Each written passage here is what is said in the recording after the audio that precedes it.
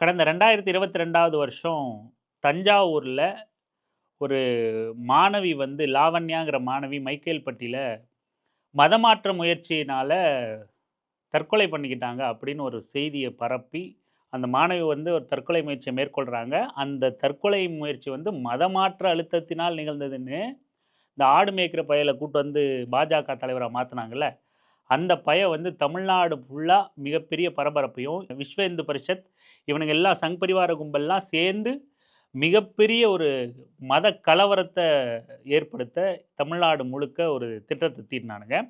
அது பெரிய பரபரப்பாக்கி, பேசுபொருளாக்கி, ஃபிளாஷ் நியூஸா மாத்தி, இந்திய அளவுல பேசுபொருளா மாத்துனானுங்க அந்த செய்திய.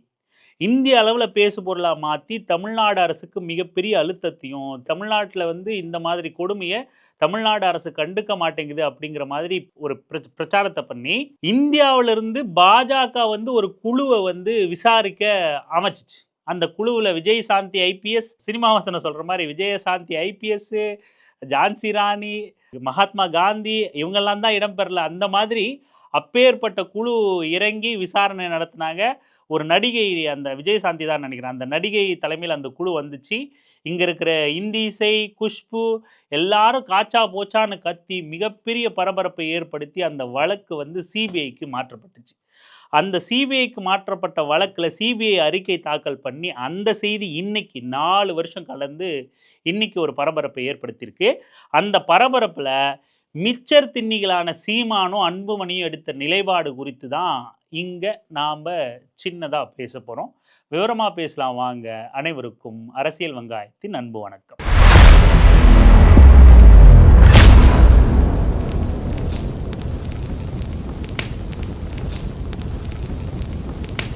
மன அழுத்தத்தால் உயிரை மாய்த்து கொண்ட தஞ்சாவூர் மைக்கேல்பட்டி மாணவி லாவண்யா எந்த நேரத்திலும் மதமாற்றம் பற்றி எதுவும் கூறவில்லை என விசாரணையில் தெரிய வந்துள்ளதாக உச்சநீதிமன்றத்தில் சிபிஐ தெரிவித்துள்ளது.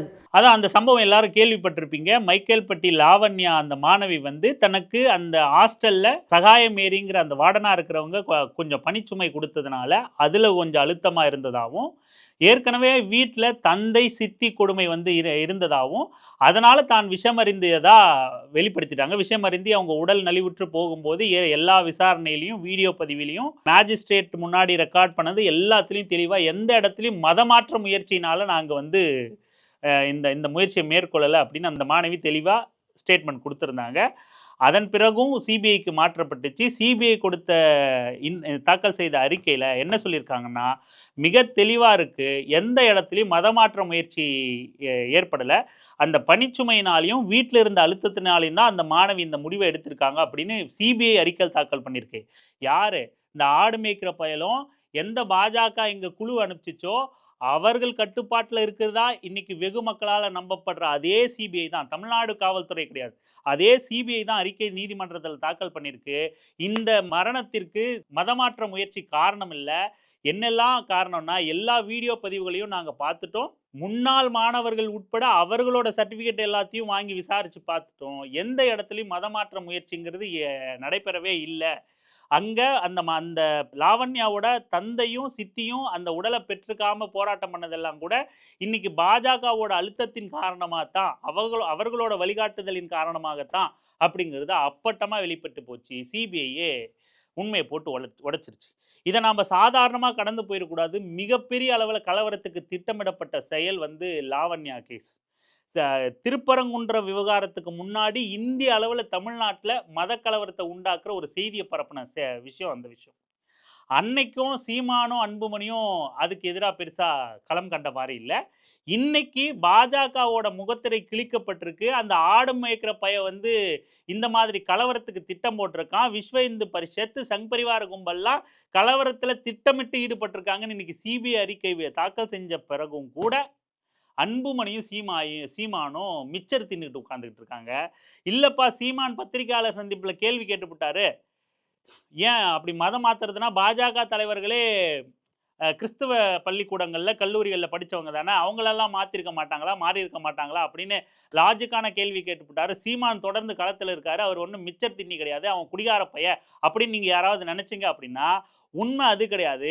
சீமான் சொன்ன அந்த ஸ்டேட்மெண்ட் உண்மைதான், அப்படி பேசுனதை நாமளும் பார்த்தோம். ஆனால் அதுக்கு முன்னாடி ஒரு பத்திரிகையாளர் கேட்குறாரு, பத்திரிகையாளர் சந்திப்பில், இந்த இந்த மத மாற்றத்தை பத்தி சிபிஐ அறிக்கை தாக்கல் பண்ணியிருக்கு, அது பொய்ன்னு சொல்லியிருக்கேன்னா, அத பொய்ன்னு சொல்லிருச்சுல்ல. அவ்வளோதான், அத விட்டுற வேண்டியதுதான், நம்ம கடந்து போயிற வேண்டியதுதான் அப்படின்னு சொல்றான் இந்த குடிகார பையன். தஞ்சாவூர் பள்ளி மாணவி லாவண்யா வந்து மதமாற்றம் எந்த விதத்துலையும் நடைபெறலை, அவங்க வீடியோவில் அது போன்ற எதுவுமே இல்லை அப்படின்னு சொல்லிட்டு சிபிஐ முதற்கட்ட விசாரணையில் வந்து நீதிமன்றத்தில் தெரிவிச்சிருக்காங்க, நிலை அறிக்கை கொடுத்துருக்காங்க. எப்படி செய்தியாக தான் பார்த்தேன், நான் முழுக்க செய்தி பார்க்கல, சுழல் எழுத்தில் பார்த்தேன். அது அவங்க ஏதோ என்ன சகாய மத வளர்ச்சி முடியல ஏதோ போட்டுறாங்கன்னா விசாரிச்சிருப்பாங்க. அதாவது மத்திய புலனாய்வு தான் சொல்லிருச்சுல, அப்படி ஒன்றும் நடக்கலைன்னு, அதை விட்டுற வேண்டியதான். முதல்ல அவனுக்கு அந்த பத்திரிகையாளர் கேட்கும்போது அந்த சம்பவம் என்ன சொல்லணும், ஏது சொல்லணும்னு எதுவுமே தெரியல. வழக்கமா ஃப்ளோவில் ஏதாவது ஒன்று அடிச்சு விடுவான் இல்லையா, அந்த மாதிரி இதையும் அதான் நீதிமன்றம் சொல்லிருச்சுல்ல, அப்புறம் அதை விட்டுற வேண்டியதுதான், கடந்து போயிருந்தான் அப்படின்னு தான் அவன் முதல்ல பதில் சொல்றான். அவனுக்கு அந்த செய்தி குறித்தே தெரியல. செய்தி குறித்து தெரிந்தாலும் கூட நம்ம முதலாளியை பற்றி எதுவும் பேசிடக்கூடாது அப்படிங்கிற கான்சியஸ்லையோ இல்லை சப்கான்சியஸில் முதலாளிக்கு எதிராக இயங்கக்கூடாதுங்கிற எண்ணத்தினாலேயோ அவன் அவ்வளோதான், மதமாற்றம் இல்லைன்னு தெரிஞ்சு போச்சுல, அப்போ அதை கடந்து போயிருந்தான் அப்படிங்கிறது தான் சீமானோட பதிலாக இருந்துச்சு. அதன் பிறகு மற்ற கேள்விகள்லாம் கேட்டு இன்னொரு பத்திரிகையாளர் அதை பற்றி மறுபடியும் கேள்வி எழுப்புவே, அப்போ சுதாரிச்சுக்கிட்டாவன் மறுபடியும் இந்த கேள்விக்கு பதில் இல்லை, அப்போ பிஜேபி காரங்களை மதம் மாற்றிக்க மாட்டாங்களா அப்படின்னு சொல்ல வரான். சீமானுக்கு எப்பொழுதும் சங் பரிவார கும்பல் மீது கரிசன பார்வை தான் அப்படிங்கிறத மீண்டும் மீண்டும் நிரூபிச்சுக்கிட்டு இருக்கான். அவர்கள் தான் தங்களுக்கு எலும்பு துண்டு வீசி வளர்த்தெடுக்கிற முதலாளிகள் அப்படிங்கிறதையும் திரும்ப திரும்ப நிரூபிச்சுக்கிட்டு இருக்கான் அப்படிங்கிறது தான் நம்ம இதன் மூலமாக பார்த்துட்டு இருக்கோம். தமிழ்நாட்டு மக்களோட எந்த பிரச்சனைக்கும் இந்த மாதிரியான எலும்பு பொறுக்கிகள் வந்து களத்துக்கு வர்றதில்லை அப்படிங்கிறத தான் நம்ம மீண்டும் மீண்டும் உங்ககிட்ட ஆதாரங்களோட நிரூபிக்க முயற்சி பண்ணிக்கிட்டு இருக்கோம் அப்படிங்கிறது தான் இந்த பதிவுக்கான நோக்கம். ஏன் இவங்க ரெண்டு பேரையுமே நம்ம முன்னிறுத்துறோம்னா, ரெண்டு பேரும் ஒரே மாதிரியான அரசியல் செய்யக்கூடியவர்கள். அன்புமணியிடமிருந்து அரசியலை அதே பாணியில் செய்யக்கூடியவன் தான் இந்த சீமானோ. ரெண்டு பேருமே களத்துக்கு வர மாட்டாங்க, ரெண்டு பேருமே பத்திரிகையாளர் சந்திப்பு மட்டும்தான் பண்ணுவாங்க, ரெண்டு பேருமே இயற்கை, மலை, மண், ஏரி, அணை அப்படின்னு மட்டும்தான் பேசுவாங்க. ஒரு நாளும் மக்கள் பிரச்சனை குறித்து பேச மாட்டாங்க. ரெண்டு பேருமே மக்கள் நலத்திட்டங்களுக்கு எதிரானவர்கள், பெண்கள் நலத்திட்டங்களுக்கு எதிரானவர்கள், 100 நாள் வேலை திட்டத்துக்கு எதிரானவர்கள். ரெண்டு பேரோட நிலைப்பாடுமே அதான். இது சீமான் தன்னிச்சையா எடுத்த முடிவு கிடையாது. அரசியல்ல நம்ம எதிர்ப்பை சந்திக்காம காலம் ஃபுல்லா ஒரே ஒரு அறிக்கையை வச்சுக்கிட்டு அத்தனை தேர்தலையும் சந்திக்கலாங்கிற அந்த நடைமுறையை அன்புமணி பாட்டாளி மக்கள் கட்சிக்கிட்ட இருந்து சீமான் எடுத்துக்கிட்ட வழிமுறை தான் அது. சீமானோட இந்த 16 வருஷ தேர்தல் அறிக்கையோ அவங்களோட வாக்குறுதியை எடுத்துங்க. நாங்கள் தண்ணியை இலவசமாக தருவோம், நாங்கள் தூய காற்றை தருவோம், நாங்கள் தூய மணலை தருவோம், நாங்கள் தூய மலையை தருவோம், சுகாதாரம், அனைவருக்குமான கல்வி. ஆனால் இது எதையுமே அவன் செய்ய மாட்டான், எதையுமே அவன் பின்பற்ற மாட்டான். ஆனால் நீண்ட நாளைக்கு தேர்தல் தனியாக எதையும் யோசித்து செய்ய வேண்டியது அவசியம் இல்லை. ஒன்னத்தை வச்சு பணம் சம்பாதிக்கிற வழி அப்படிங்கிறது தான் இவங்க ரெண்டு பேரோட திட்டம். அன்புமணிக்கும் அண்டார்டிகாவில் பனி உருகுனா இவர் மனது உருகி போயிடும். அண்டார்டிகாவில் பனி உருகுது, சூழலை காப்பாத்துறன்னு வீதிக்கு குடும்பத்தோட பேர பிள்ளைகளோட வர அன்புமணியால மக்கள் பிரச்சனைக்கு, கவின் ஆணவ படுகொலைக்கு, லாவண்யா பிரச்சனைக்கு, இன்னைக்கு பாஜக அம்பலப்பட்டதுக்கு ஒரு எக்ஸலன்ட் ட்வீட் கூட போட முடியாது அன்புமணியால. இவர்களோட இருவரின் அரசியலும் மிச்சர் தின்பதும், மக்களை ஏய்ப்பதும், இளைஞர்களை ஏமாற்றி இவர்கள் சுயலாபத்திற்கு பயன்படுத்தி கொள்வதும் தான். அதனால தான் இவர்கள் ரெண்டு பேரையுமே நம்ம அடிக்கடி ஒப்பிட்டு இந்த மிச்சர் திண்ணிகள் வாய் திறக்கல, மிச்சரை மட்டுமே அரைச்சிக்கிட்டு இருக்குன்னு சொல்றோம். அன்புமணி இப்படி சீமானோட கருத்து இதுவா இருந்துச்சு. அன்புமணி கிட்ட ஒரு எக்ஸலன்ட் ட்வீட் கூட இல்லைங்க. நீங்க போய் செக் பண்ணி பாருங்க. நாம பேசுற இந்த நிமிடம் வரைக்கும் ஒரு ட்வீட் கூட கிடையாது. அவ்வளவு பெரிய இஷ்யூ அது. 2022 இந்திய அளவுல தமிழ்நாட்டை கலவரக்காடா மாத்துறதுக்கான திட்டமிடப்பட்டுச்சு. இந்திய அளவுல இருந்து குழு அமைச்சு பாஜக தமிழ்நாட்டுக்கு அனுப்புறான். மிகப்பெரிய பேசுபொருளா விவாதமா ஆச்சு. தமிழ்நாடு முழுக்க விவாதிக்கப்பட்டதாகவும் இந்தியா முழுக்க விவாதிக்கப்பட்ட விடயமாகவும் மாற்றப்பட்டுச்சு. அது குறித்து அன்றிலிருந்து இன்று வரைக்கும் அன்புமணிக்கு கருத்து கிடையாது.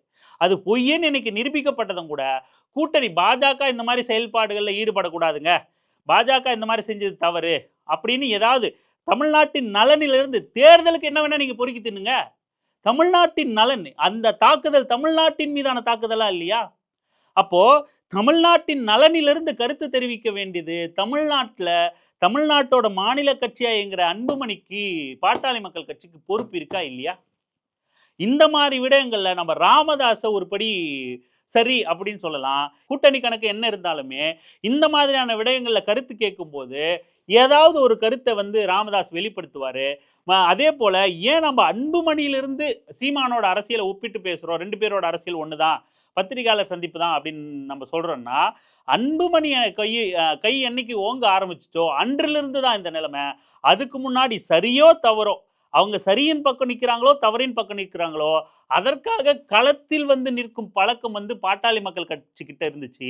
அன்புமணியை விளம்பரப்படுத்த தொடங்கியதிலிருந்து தான் அது வெறும் பத்திரிகையாளர் சந்திப்பாகவும் விளம்பர அரசியலாகவும் களத்துக்கு மக்களுக்காக வரத தடுத்து நிறுத்துற அரசியலாகவும் மாறி போச்சு. மக்களுக்காக களத்துல வர தேவையில்லை, பத்திரிகையாளர் சந்திப்பு மட்டுமே நம்மள அரசியல்வாதியா காமிச்சிருங்கிற நிலைப்பாட்டுக்கு அன்புமணிக்கு பிறகுதான் வராங்க. இப்படி அன்புமணி இப்படி லாவண்யா கேஸுக்கு மிகப்பெரிய பரபரப்பை ஏற்படுத்தினதுக்கும் கருத்து இல்லை. அதை விட பரபரப்பு, திமுக இன்றைக்கு துணை முதலமைச்சரா இருக்கிற உதயநிதியை தலையை வெட்டி கொண்டு வந்தா 10 கோடி பரிசுன்னு அறிவிச்சப்பவும் கூட இதை விட மோசமா மிச்சர் தின்னுகிட்டு இருந்த நபர் தான் அன்புமணி. அன்னைக்கு போய் தங்கர் பச்சான் எடுத்த படத்தை பார்த்துட்டு அதுக்கு ட்வீட் போட்டுக்கிட்டு இருக்காரு.